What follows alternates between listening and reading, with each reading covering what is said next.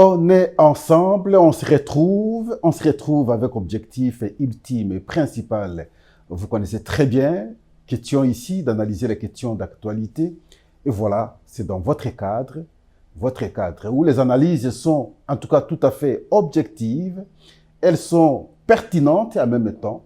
Et voilà, simplement parce que nous parlons nation, nous ne parlons pas individu. Une fois de plus, on est ensemble. En tout cas, merci. Nous allons continuer à vous remercier parce que vous vous distinguez par vos interventions. Et lorsque vous intervenez, nous sentons comment vous aimez votre pays. Nous sentons comment vous souhaitez qu'on connaisse aujourd'hui le changement. Nous sentons comment vous voulez aujourd'hui que les dirigeants soient plus conscients pour travailler, bien entendu, pour l'intérêt de ce pays. En tout cas, pour ça, nous allons continuer pratiquement chaque jour à vous remercier parce que les membres de la communauté sont des membres plutôt très intelligents. En tout cas, merci. On se retrouve aujourd'hui. La coutume sera respectée. Nous allons lire une disposition de la Constitution. Aujourd'hui, nous prenons l'article 188. C'est en rapport avec les forces armées. Et la disposition dit ceci. Les forces armées sont républicaines.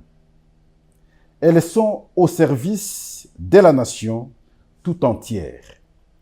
Nul ne peut, sous peine de haute trahison, les détourner à ses fins propres. Elles sont apolitiques et soumises à l'autorité civile.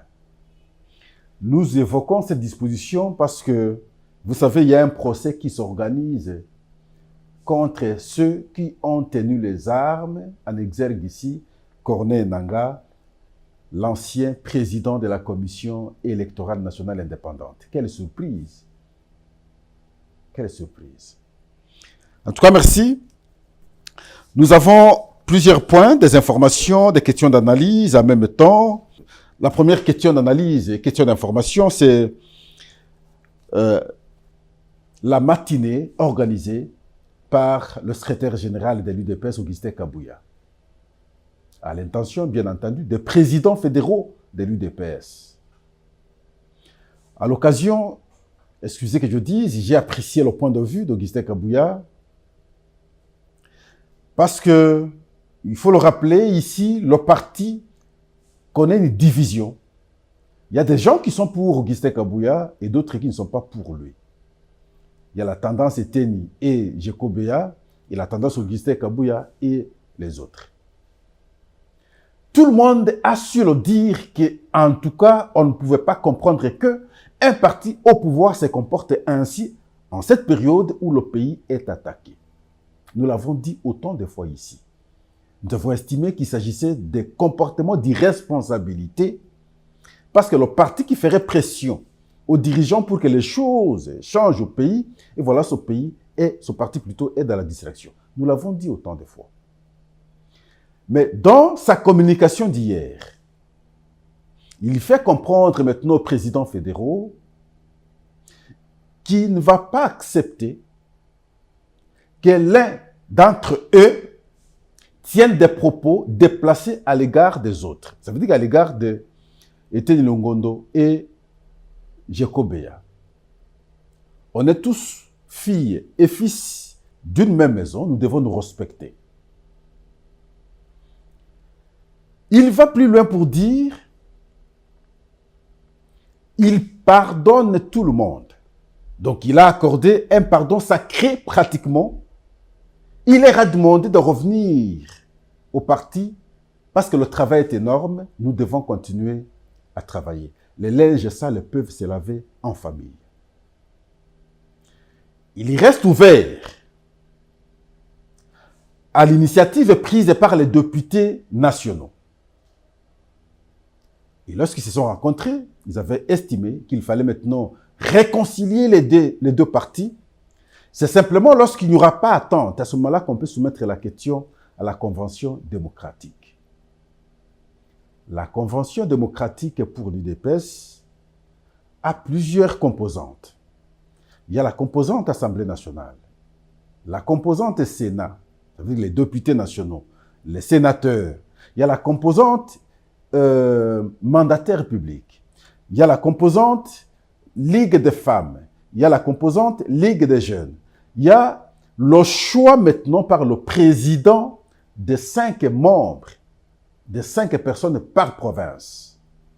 Et donc, comme nous avons 25 provinces, plus c'est la ville, plus c'est la capitale, alors le président du parti, pour le compte de la Convention démocratique, devra maintenant choisir au moins 5 personnes par province.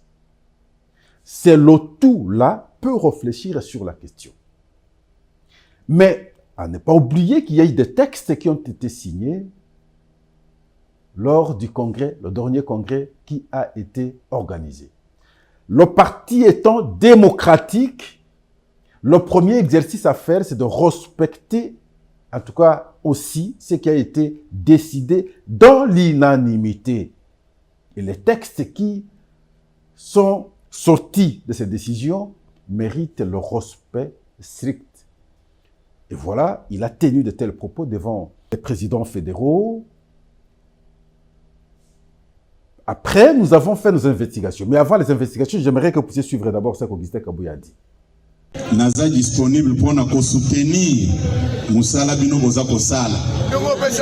Il faut n'informer base que Zana Bandekoyo, honorable député ya IDPS, au Bandimi, Okutanana Bandeko Nyonso, Pona Bomoko, Ezala Nakati Nabiso. C'est à moi de prêcher par l'exemple. Ngande na ko accompagner, il faut une mesure d'accompagnement ya Moussala Bandeko na bazako sala. Yango na koyebisa bino boye na pokwa lelo. Na kozala lonte lelo. IDPS viva. Félix Tshisekedi viva. Bobete la mokonzamboka maboko makasi. Naebi ebele na kati na bino awa bamususu baza ko digere malamu te makambo eza koleka na kati ya parti me nakoyebisa bino bo banalize makambo wana ngai naza kotraite yango comme des petits incidents du parcours. Boza koyoka ngai bozala touche te na makambo nyonso eleki ya kofingama koloba manyonso baza koloba non bino bokoya na ba piège wana te boza koyoka ngai lelo nde na bengi ba président fédéraux bayaki kotala nga epa na ngai nayebisaki bango ke je n'aurai pas le temps de sillonner toutes les fédérations vu mon emploi du temps. Mieux vaut binobo convoquer ba responsable de base, c'est-à-dire ba cellulaire na ba sectionnaire, baya na solola na bango. Message nanga ya poko alelo ezanini. Na lingi bo garder silence, bo répondre na provocation à mon côté. Bolaninga madame. Bo soutenir ba honorable député oyo baza kokutana na bandeko nyonso pona bomoko ezala na kati ya parti na sepelaki ke ba honorable député basala musala wana pona nini parce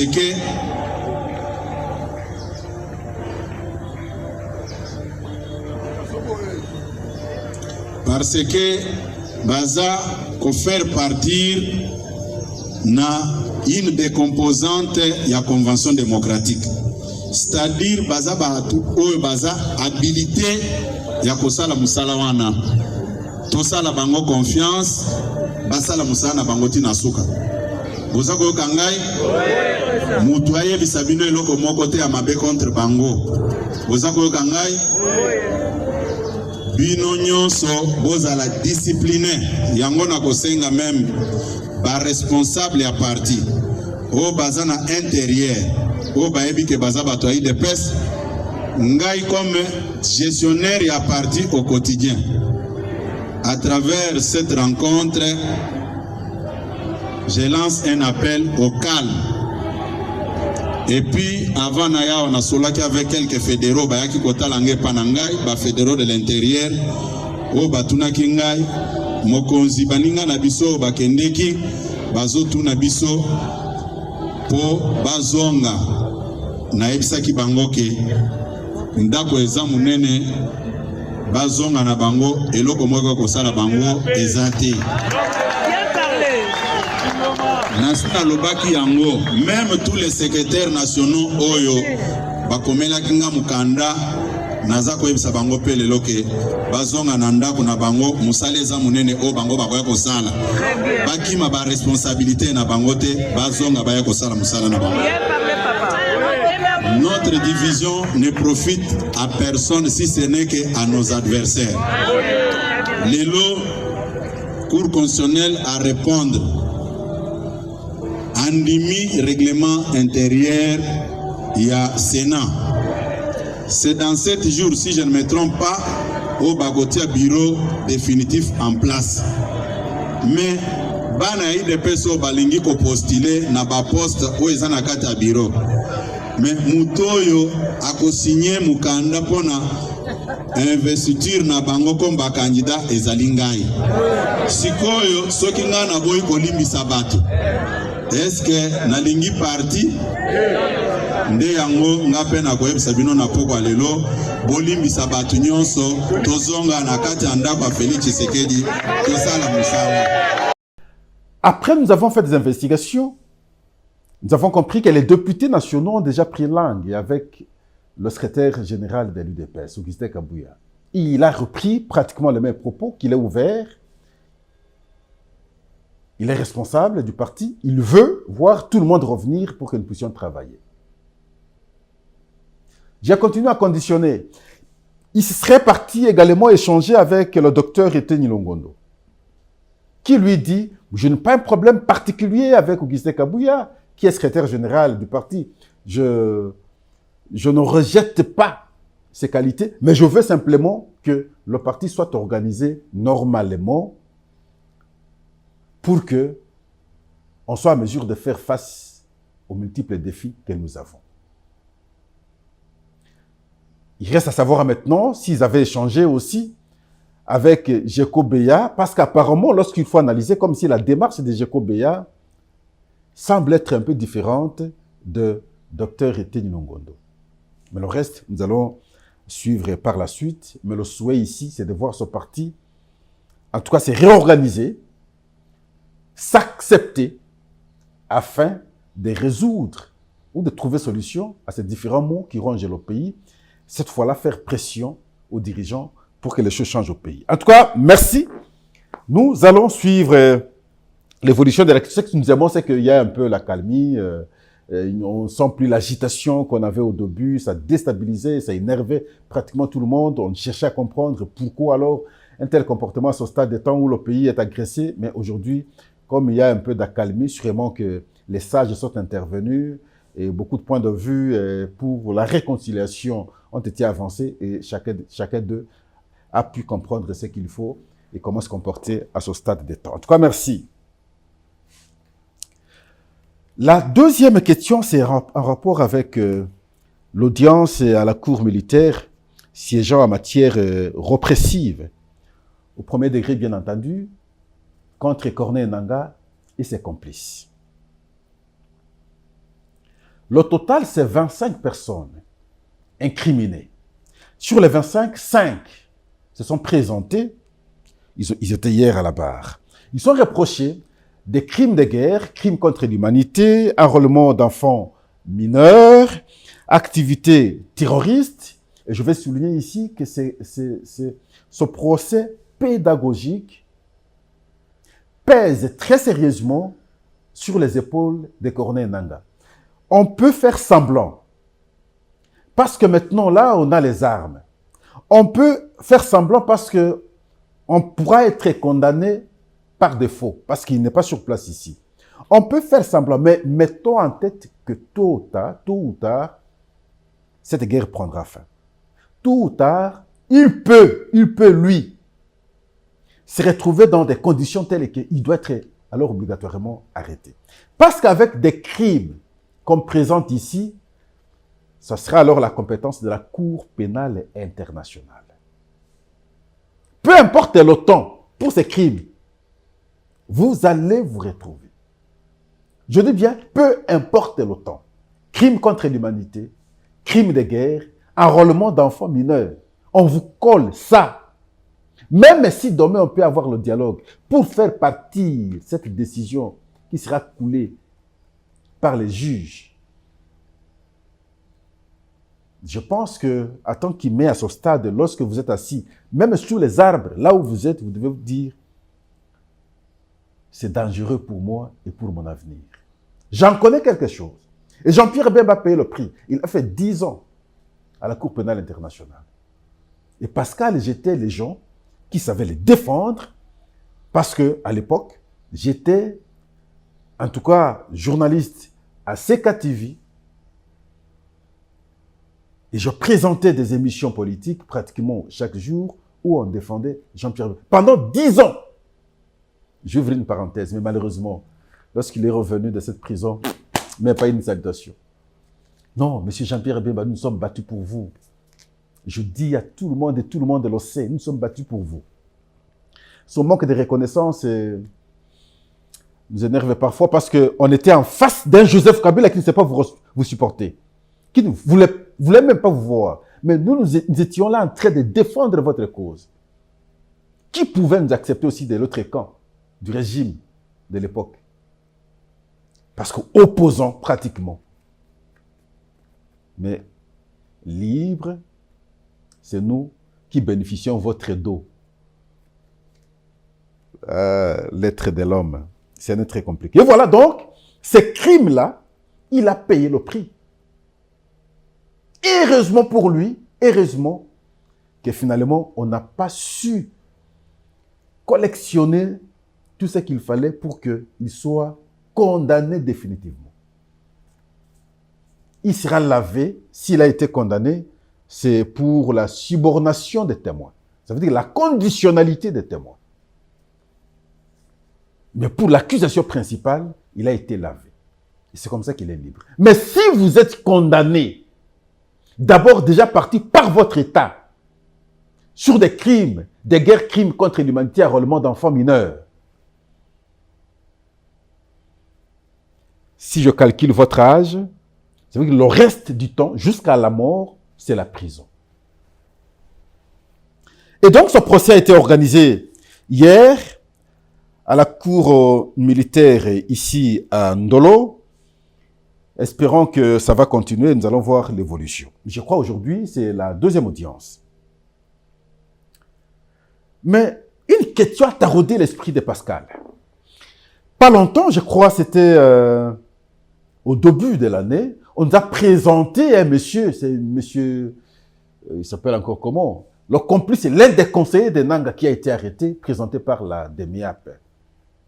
Et il a cité les noms des gens qui étaient en intelligence avec Corneille Nanga, en complicité avec Corneille Nanga. Il a cité Joseph Olengankoyi, il a cité l'ancien directeur général de l'EGFREM, il a cité Joseph Kabila, il a cité, je crois, 5 ou 6 noms.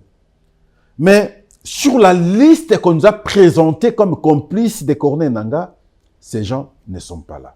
Et je me suis posé la question, est-ce que c'est une autre poche du procès ou c'est le même procès et les uns sont jugés et les autres ne seront pas jugés?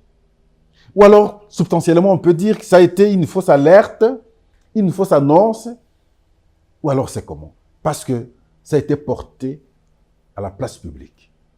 Et nous voulons aussi avoir des précisions quant à ça, voir si réellement ce que ce conseiller de Nanga arrêté avait avancé était vrai ou faux pour que tous nous puissions être fixés. Mais je reviens à ce que j'avais dit la fois passée sur le ministre de la Justice. Il commence à m'impressionner parce que, au-delà de tout, les mesures qu'il prend vont dans le sens des attentes de la population. Ce qui reste maintenant, c'est le suivi et l'application. Lorsqu'il sera à mesure de matérialiser absolument ce qu'il dit, je crois qu'il sera le meilleur.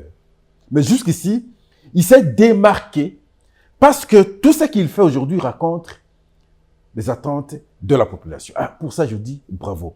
Regardez l'autre mesure qu'il prend. Parce que le procès ici, c'est lui qui l'a organisé. Et vous aviez vu, même hier, il était au premier plan. Il dit, tous les frais de justice à partir d'aujourd'hui seront payés à la banque. Parce qu'il y avait des amendes forfaitaires qui étaient avancées comme ça.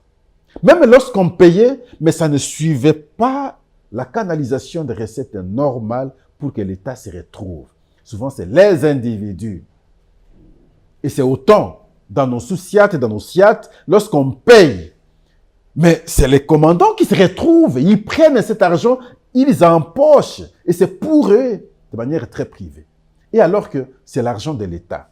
Et j'ai aimé aussi, même pour la circulation routière, on a fait balancer la tarification de plusieurs infractions.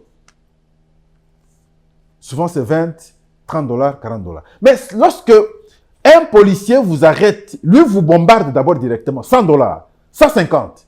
Et quand vous payez, l'argent c'est dans sa poche. Il n'y a pas moyen de vérifier et cela, de canaliser cela, et l'État est perdant. Si on est sérieux, lorsque vous commettez une faute de circulation, allez, on retient d'abord vos documents, on vous donne le véhicule, vous allez à la banque, vous payez, parce que vous avez déjà la nomenclature de toutes les infractions, et avec leur prix, vous payez, vous venez avec la preuve de paiement, vous présentez à la police, vous récupérez votre véhicule, vous partez. Je crois, nous serons à mesure de canaliser les recettes. Et le comportement même de la police va changer. Elle ne sera pas brutale, la police. Parce qu'elle comprendra que ce n'est pas elle, individu, qui bénéficie directement l'argent. L'argent, c'est l'État. Et cette fois-là, elle va commencer, la police, à respecter les autres. Et vous verrez qu'il y aura une bonne collaboration. Mais lorsque c'est le policier lui-même qui prend l'argent, il devient brutal parce que cette fois-là, il veut en avoir pour lui, pour son compte. Il ne va pas respecter maintenant la personne, alors qu'ils sont appelés à protéger les personnes et leurs biens. La mission de la police, c'est protéger les personnes et leurs biens. Mais ici, c'est le contraire. C'est matraquer les personnes et leurs biens. Ça, c'est en République démocratique du Congo. Pourquoi? Parce que c'est les individus policiers qui se retrouvent. Si c'est l'État policier qui se retrouve, et à ce moment-là, vous trouverez que l'individu policier ne va pas poser un tel acte parce que l'argent ira maintenant à l'État policier. En tout cas, merci. C'est ici, n'allez jamais ailleurs. Nous prenons maintenant l'autre dossier, c'est un rapport avec... Au Congo, nous avons beaucoup de dossiers qui énervent, franchement. Bon, c'est aussi ainsi le fonctionnement d'une société. Là où il y a des gens, il y a des conflits. Et là où il y a des conflits, c'est comme ça qu'on émerge aussi. Parce qu'il y a des contradictions, il y a des dialectiques, il y a des pour, il y a des contre. Mais ce qui est plus important, c'est pondre ce qui est substantiel. La compréhension, c'est la synthèse de ces différents avis pour qu'une lumière soit donnée de manière à pouvoir se conduire très normalement. Dossier Jean Bosco Baala. Jean Bosco Baala, c'est l'ancien président du CESAC. Et aujourd'hui, coordonnateur à l'époque c'était DDRR, et finalement aujourd'hui nous sommes à DDRRR.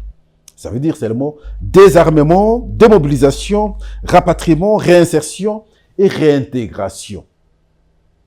C'est une commission qui se charge généralement des enfants ou des militaires, des policiers, ainsi de suite, qui ont connu, même des civils qui ont connu des problèmes, qui ont connu par exemple de déplacement, tout ça, comment les ramener à la vie dans la nation. Et voilà, c'est la commission qui s'est spécialisée de ça.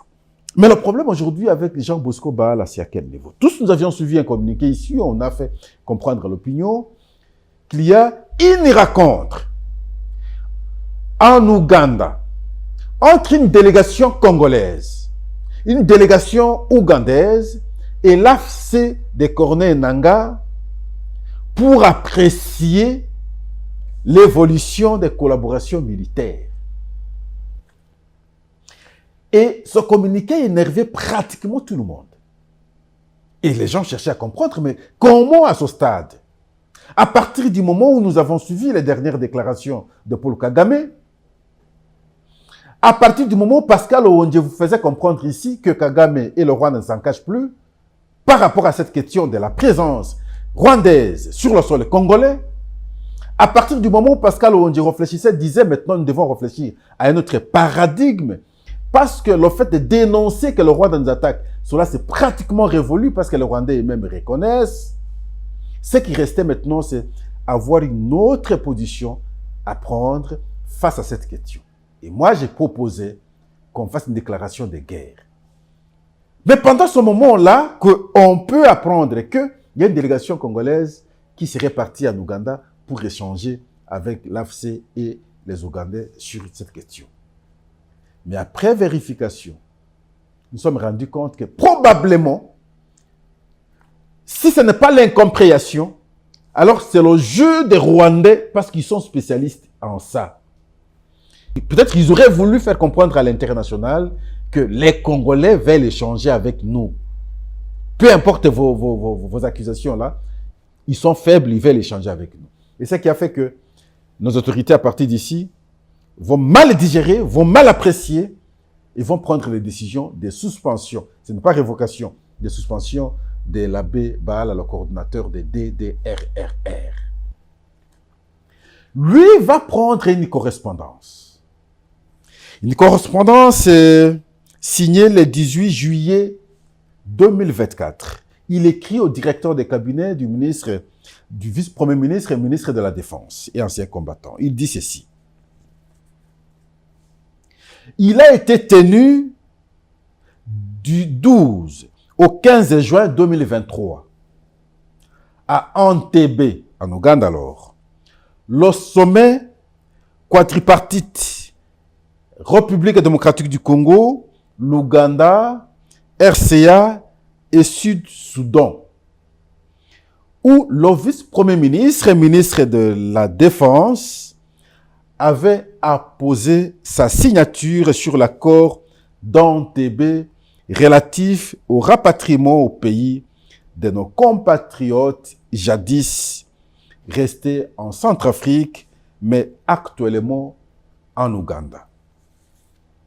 Ainsi, vous trouverez en annexe une proposition de l'ordre des missions en ma faveur, ainsi qu'une copie de l'invitation du gouvernement ougandais relative à la préparation des activités de profilage et identification des ex-combattants, LRA congolais et leurs familles en vue de leur rapatriement au pays. Et donc, pour lui, il dit, effectivement, bien avant, du 12 au 18, notre ministre de la Défense s'est retrouvé avec les autres. 3-4 pays plutôt se sont retrouvés. Il fallait maintenant apprécier cette question de retour des Congolais. Hier en Centrafrique, aujourd'hui, ils sont en Ouganda et ils doivent rentrer. Et moi, le coordonnateur, au regard de la signature apposée à son temps par le vice-premier ministre de la Défense, parce que dans mes attributions, je n'avais que la mission d'aller maintenant apprécier la faisabilité. Ça veut dire quoi? Le rapatriement.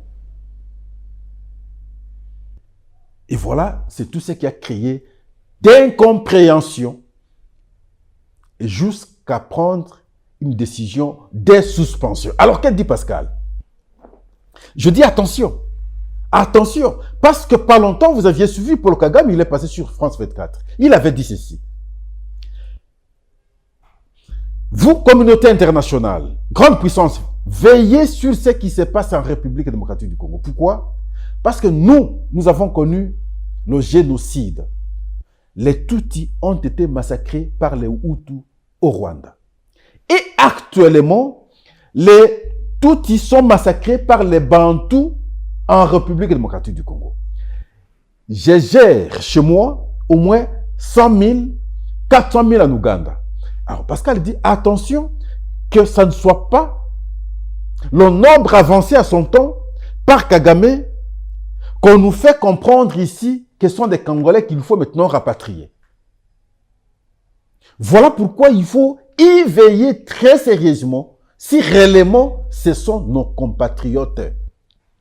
Sinon, nous allons tomber maintenant dans cette politique de déportation. On chasse les gens, on vient avec les étrangers qui occupent des espaces chez nous et demain, c'est d'autres conflits qui vont naître. Jean Bosco Bahala, je pense qu'il n'est pas bien placé. De mon point de vue, même pour cette commission DDRRR, je pense que Jean Bosco Bahala n'est pas bien placé. Nous devons étudier, parce qu'aujourd'hui c'est notre régime. Le problème avec l'actuel régime, ça nous fait mal, s'il vous plaît. Dans des postes stratégiques, on ne peut pas continuer à garder... Oui, on est tous Congolais, ça c'est vrai. Mais il s'agit de la politique. Les obédiences, nous devons savoir les identifier. Une question stratégique comme celle-là, et la personne qui représente la République démocratique du Congo, c'est l'ancien collaborateur de Joseph Kabila. Non! Monsieur le Président, il y a beaucoup de failles. Beaucoup de failles. Et nous allons aborder même la question du Sénat ici. C'est la même chose. Beaucoup de failles. Je pense de mon point de vue que c'est la République démocratique du Congo, c'est notre pays. Et nous devons servir le pays. Tout le monde est appelé à servir le pays. Mais il y a des postes stratégiques qui nécessitent, en tout cas, les engagés du régime en place de pouvoir occuper ces fonctions pour l'intérêt du régime. Le contraire, alors, c'est tirer la balle au pied. Je pense de mon point de vue que Jean Bosco Bahala plutôt ne méritait pas occuper cette fonction ou coordonner la commission DDRRR. Non. Et le reste, nous allons aussi suivre. Cela nous envoie au Sénat. Au Sénat pour vous dire que il y a élection qui se prépare. La Cour constitutionnelle a déjà répondu à la requête du Sénat en rapport avec le règlement d'ordre intérieur. La Cour a répondu qu'il est conforme à la Constitution et par conséquent, on peut respecter d'autres procédures pour l'installation du bureau définitif. À ce jour, le calendrier est déjà connu, les dates sont avancées. Le 26 juillet, déjà dépôt des candidatures. Et 31 juillet, c'est l'élection et installation du bureau définitif. Mais les candidatures, vous avez suivi ici le débat, comme nous le disions ici, pas très longtemps. On disait que la questure pourrait être occupée par Aguito, Carole, celle qui était DG, quelque temps passé, à la SONAS. Mais il faut vous en souvenir de l'histoire. Ce pays. Qui a fait d'elle directeur général à la SONAS? Cette question, je la laisse pendante. À chacun de pouvoir la répondre. Je reprends ma question. Qui avait fait à son temps Carole Aguito, directeur général à la SONAS? Vous voulez que je réponde? Et c'est le même contexte pratiquement aujourd'hui.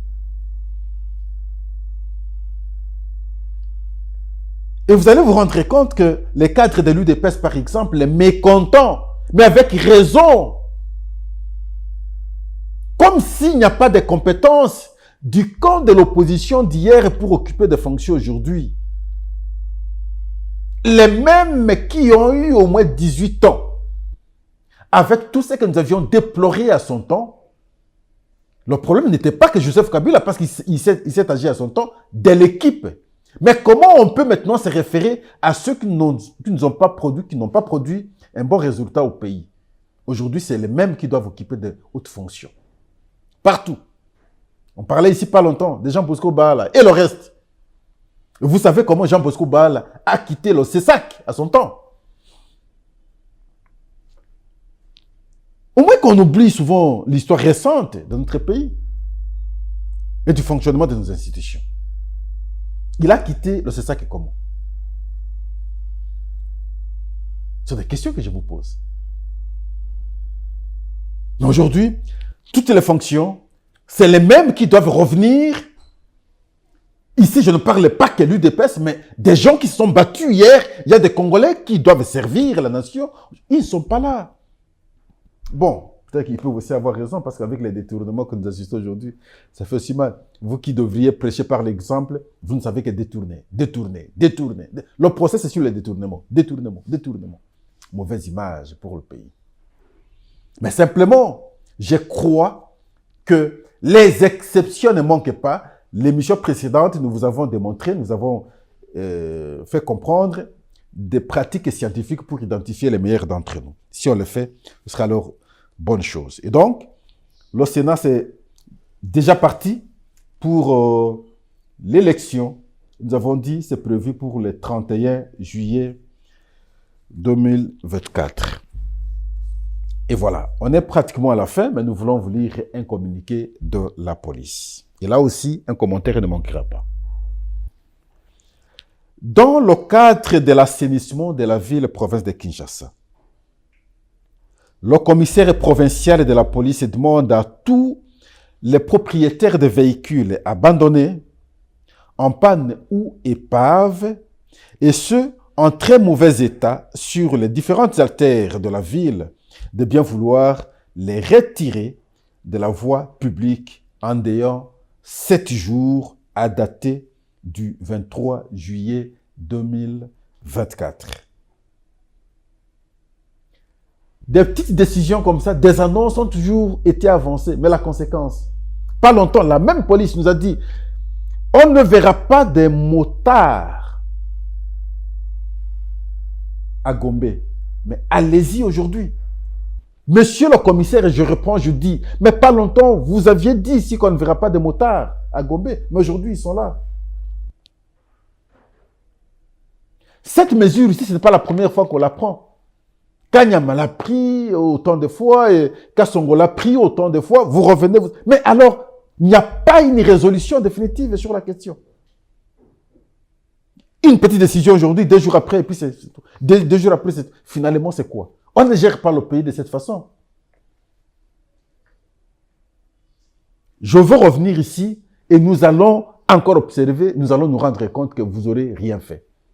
Regardez par rapport au mauvais stationnement. Vous ne voyez que Gombe, mais nulle part ailleurs. C'est ce qui crée des embouteillages aussi. À Gombe, pourquoi? Vous savez que ce sont des particuliers, des gens qui ont un peu de moyens. Parce qu'avec nos dessins ici, là-bas, c'est un casse-tête. Vous n'êtes pas là-bas. Et Kinshasa n'est pas que Gombe. Et les gens ne sont pas qu'à Gombe. C'est quel genre de travail vous faites? C'est pas bon. Et on clôture l'émission par l'annonce de la rentrée judiciaire de la Cour des comptes pour l'exercice 2024-2025. La cérémonie solennelle a été organisée aujourd'hui au Palais du Peuple. La question de surveillance des comptes de l'État, ces questions ont été évoquées.